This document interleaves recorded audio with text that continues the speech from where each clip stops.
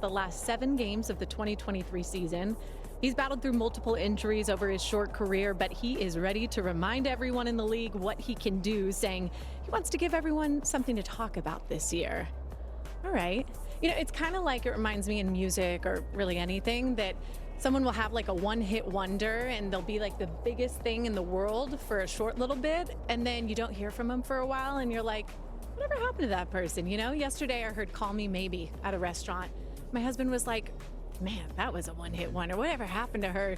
Never did anything since. Joe Burrow, obviously not the kind to forget, though. First of all, off the field, I want to talk about, have you seen him? Did you see he walked in a fashion show in Paris recently? I didn't see that. He walked in a fashion show in Paris. He was in Cannes. So he's doing all the off-the-field stuff to, let everyone remember who he is. But off the field, no one's forgetting what Joe Burrow can do, starting from the rookie season, what he was able to do before that injury, what he was able to do after the injury with a Super Bowl, another AFC Championship appearance, playing great up to the injury last year. What are your expectations for him now this year? If Joe Burrow is actually 100% healthy, because I think that we don't really know that. They're saying he is, but this is a quarterback that doesn't rely on athleticism, right? He's not an upper echelon athlete. So if his arm strength is reduced from that hand-wrist injury, that would matter for Joe Burrow. But he's excellent. And speak of fashion, I would love to be able to be like sunglasses indoors guy. I don't think I could pull it off. No, me neither. I don't even want to try. I do. Yeah. I think he was wearing them at Michael Rubin's party this weekend too. I saw that. Yeah, every time he's everywhere. Yeah, he is everywhere. But I don't know that anyone could possibly forget about Joe Burrow. Yeah. Because, when he plays, he puts up MVP caliber numbers and they win playoff games. Mm-hmm. Like, we saw him win a national championship. We saw him in an AFC championship game. We saw him in a Super Bowl. The 2 years that he has stayed healthy, nearly 4,500 yards, 35 touchdowns, near 4,600 yards, 34 touchdowns. Like, if he plays, he's in the MVP conversation. They're winning double-digit games, and they're winning playoff games. And he's obviously in his prime. And they bring everyone back. Like, I don't know T. Higgins' long-term future. I don't know Hendrickson's long-term future in Cincinnati. So, this might be, for a little while, the last great shot before they need to retool the roster there in Cincinnati. So they're definitely on my radar as a contender this year. I can't wait to see the fit. Week 1, is he going to come out in a fur jacket? It might be hot, but He'll look good. He will show up in a big way. I'm looking forward to it. All right, next story. Team USA basketball is in Vegas getting ready for the Paris Olympics. The U.S. is the favorite to win their 5th straight gold medal this summer.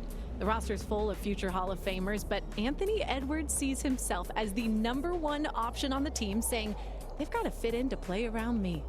Now, this goes back to what we were saying earlier about LeBron James. Does he believe it himself?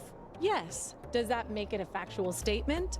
No, absolutely not. But what I do love, I love Anthony Edwards. I think you have to be your own biggest fan.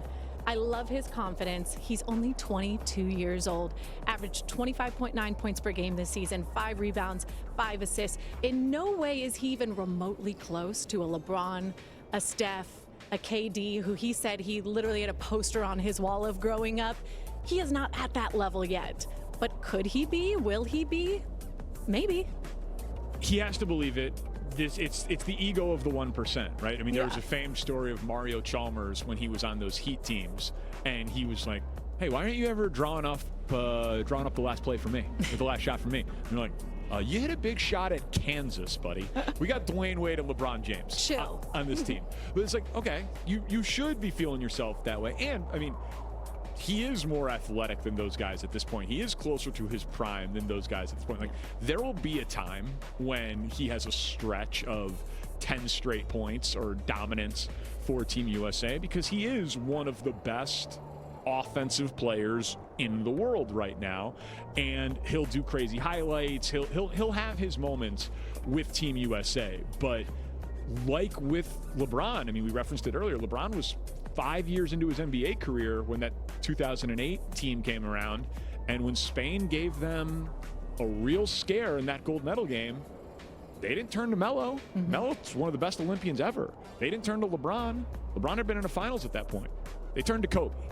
And there's something to that. And so I think that Anthony Edwards is the future face of Team USA basketball. I think he will have his moments in these Olympics, but he's obviously they're not changing their game to play around Anthony Edwards. Play around him. Love him. I think it's amazing. He might be my favorite player to watch in the NBA because of the athleticism, the speed, the aggression he plays with. But I mean, I don't think Steph Curry and LeBron are adapting their game for you yet. And we're not tuning in, no offense, to watch Anthony Edwards. I think so many fans, not even NBA fans, sports fans in general, want to see the big names, the big faces, LeBron James, Steph Curry.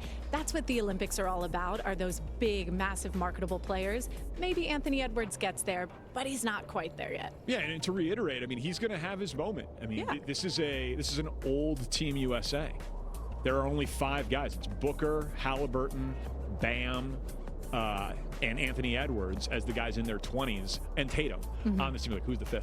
And Jason Tatum. So, I mean, that's only 5 of the 12. Everyone else is in their mid to late 30s. So he's going to have plenty of runway with Team USA basketball. Yes, the future is in good hands.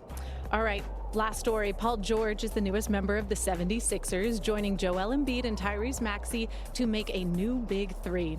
Philly has found some recent playoff success, but hasn't made the jump to NBA champions. And Embiid is actually hopeful that the addition of Paul George can change all of this. He said he thinks George fits in well with the team and that they look amazing on paper. On paper is the big comment there. Embiid has been paired with Ben Simmons. He's been paired with Jimmy Butler. He's been paired with James Harden. Didn't work with any of those 3. Why is it going to work with this one? I don't know.